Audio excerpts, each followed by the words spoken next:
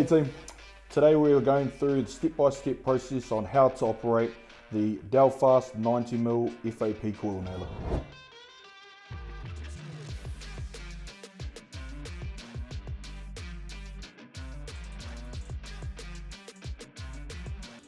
Before operating this tool, make sure you always use the appropriate PPE. Put a few drops of lubricant through the airline connection at the bottom of the tool. This will help lubricate the internal parts of the tool. Now that the internals are all lubricated, we can connect our air hose to the connection line.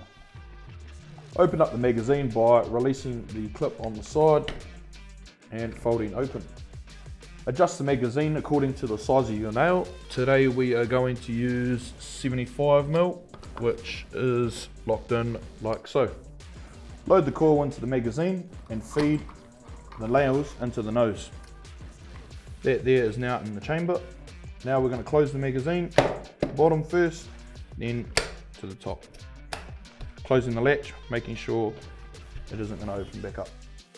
To actuate the tool, simply press the nose and pull the trigger. Note that if the nose is not pushed in, this tool will not fire. And there you have it team. Thanks for watching this how-to video and I hope you found it helpful.